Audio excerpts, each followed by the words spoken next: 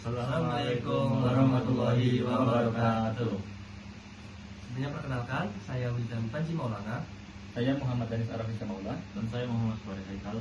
Di sini kita akan mempresentasikan hasil kinerja kita dalam membuat tugas besar statistika. Di sini judul kita adalah analisis perbandingan efisiensi biaya dan waktu tempuh antara transportasi umum dan transportasi pribadi. Jadi tujuan tugas besar kita adalah mencari mana yang lebih efisien antara transportasi umum dan pribadi. Kita sudah mendapatkan para kuesioner sejumlah 215 sampel. Jadi langkah pertama yang kita lakukan adalah eksplorasi data analis atau EDA. Dalam mobilitas sehari-hari, pemilihan moda transportasi menjadi faktor krusial yang mempengaruhi produktivitas dan pengeluaran seseorang. Berdasarkan observasi data yang dikumpulkan terhadap 200 responden, ditemukan bahwa mayoritas masyarakat masih menggunakan transportasi pribadi, yaitu motor, dan transportasi umum. Nah, untuk transportasi pribadi terdapat 79,5% dan untuk umum 20,5%. Penggunaan motor mendominasi sebesar 72,1%, di mana tingkat kemacetan yang dirasakan berada pada rentang pada skala 0 sampai 10 dengan distribusi yang bervariasi. Jadi hal ini melatar belakangi perlunya analisis terlebih dahulu untuk mendalam mengenai bagaimana efisiensi biaya dan waktu tempuh yang saling berkaitan dalam kedua transportasi tersebut. Untuk rumusan masalah yang akan kita hadapi atau akan kita cari yaitu yang pertama, bagaimana karakteristik statistik yaitu rata-rata, median, dan standar deviasi dari biaya dan waktu tempuh yang dikeluarkan pengguna transportasi. Dan yang kedua, bagaimana distribusi frekuensi tingkat kemacetan dan perbandingan sebaran data antara transportasi umum dan juga pribadi. Dan yang ketiga, seberapa besar pengaruh biaya perjalanan, dan pengaruh biaya perjalanan ini adalah variabel bebas dan terhadap waktu tempuh yang merupakan variabel terikat dalam model regresi linear sederhana. Dan yang terakhir yaitu keempat, bagaimana hubungan antara biaya, waktu tempuh, dan rasio kemacetan yang diidentifikasi melalui analisis multivariabel. Jadi, tujuan dari analisis ini adalah untuk memahami karakteristik data secara sistematis serta menjelaskan hubungan antar variabel berbasis data eksploratif, regresi, dan multivariabel. Nah, selanjutnya adalah analisis hubungan box plot. Untuk melihat perbedaan persepsi kemacetan antar kelompok, kami menggunakan box plot.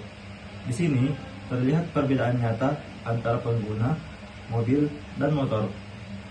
Pengguna mobil cenderung memberikan skor kemacetan yang lebih tinggi dan sebaran datanya lebih terkonsentrasi di angka atas. Ini menunjukkan bahwa jenis kendaraan yang digunakan untuk memberikan pengalaman kemacetan yang berbeda bagi responden. Nah, selanjutnya adalah analisis regresi linear sederhana. Masuk ke inti analisis, yaitu kami membangun model regresi linear sederhana. Di sini kami menetapkan jenis kendaraan sebagai variabel independen atau X dan rasio kemacetan sebagai variabel dependen yaitu Y. Melalui fungsi IR didapatkan persamaan model. Hasil uji signifikansi menunjukkan bahwa jenis kendaraan memiliki pengaruh yang cukup signifikan terhadap persepsi kemacetan. Nah, semakin ke arah kendaraan roda 4, kecenderungan skor kemacetan meningkat. Hal ini membuktikan adanya hubungan linear antara kenyamanan kendaraan dengan sensitivitas terhadap kemacetan. Analisis statistik deskriptif.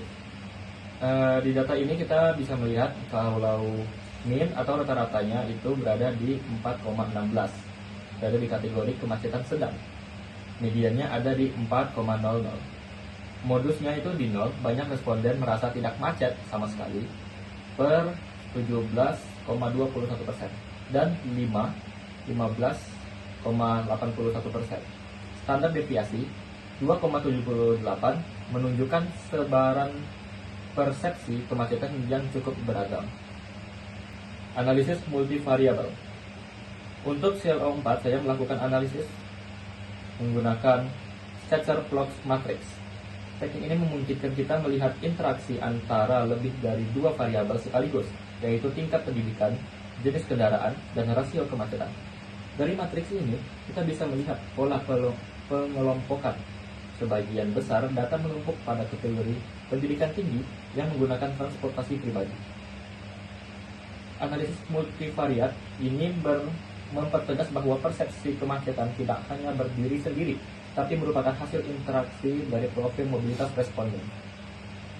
Kesimpulan dari semua ini, analisis ini menunjukkan bahwa penggunaan kendaraan pribadi di kalangan mahasiswa sangat tinggi. Model regresi dan analisis multivariat yang saya buat berhasil membuktikan bahwa jenis kendaraan menjadi faktor kunci dalam menentukan tingkat kemacetan yang dirasakan. Demikian presentasi dari kami. Semoga hasil analisis ini dapat memberikan gambaran yang jelas mengenai kondisi transportasi responden. Terima kasih. Assalamualaikum warahmatullahi wabarakatuh. Oke, guys.